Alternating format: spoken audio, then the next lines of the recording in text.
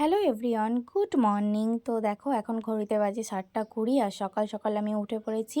একটু ফ্রেশ ট্রেশ হয়ে একটু ঘরে কাজ টাজ করে এখন আমি চা খাচ্ছি। আর এরপরে আমার রুটিন কী বলো তো, এরপর আমি স্নান টান করবো, বাবু ঘুম থেকে উঠবে, ওকে রেডি করব, ওকে দুধ টুধ খাওয়াবো।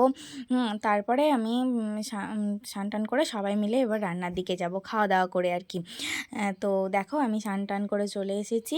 আর বাবু এখানে আমার মতন করে শাক মানে ডাঁটা থেকে শাক আলাদা করবার ট্রেনিং নিচ্ছে আর কি। তো দেখো আমি যেরকমভাবে ডাঁটাগুলোকে এক জায়গায় করে এই শাকটা বাছি, মানে এটা আমি সজনে শাক বাছি, শুশনি শাক বাছি আর কি। তো তোমরা এই শাকটাকে কে কী বলো আমি জানি না। আমি মেয়েকে জিজ্ঞাসা করছিলাম এটা কী শাক বলো তো শোনা, তো হচ্ছে আমি জানি না মা। তো এই শাকটা খেলে নাকি ঘুম পাই শুনেছি, তো জানি না আর কি।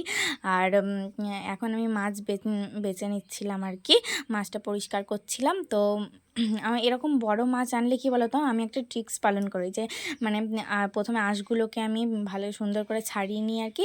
আঁশগুলোকে ছাড়ানোর পর যে পিচ্ছিল ভাবটা থাকে না, ওইটা মারার জন্য আমি নুন দিয়ে ভালো করে মাছটাকে একটু কষলে নিই, দিয়ে ধুয়ে নিই জলে, তাহলে পিচ্ছিল ভাবটা থাকে না আর কি।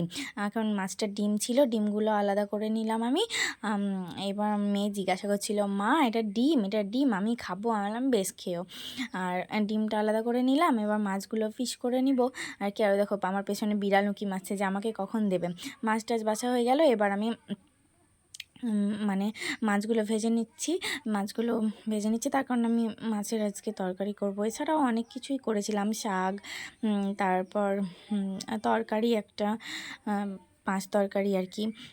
তারপরে একটা বলে না সবজি টক, ওগুলো করেছিলাম। এরপর দেখো এদের জেম্মা এদেরকে স্নান টান করে রেডি করিয়ে দিয়েছে। তো সত্যি কথা বলতে কি, একই ফ্যামিলিতে সবাই মিলে থাকলে এটাই সুযোগ, মানে যে যখন পারে সে তখন সবাইকে রেডি করিয়ে দেয়। এই যে রেডি হয়ে গিয়েছে আর আমাকে আদর করে দিচ্ছিল একটু। এরপরে খাওয়া দাওয়া করে আমার বেবি ঘুমিয়ে পড়েছে। এটাই হলো সারাদিনের পর শান্তি। টাটা।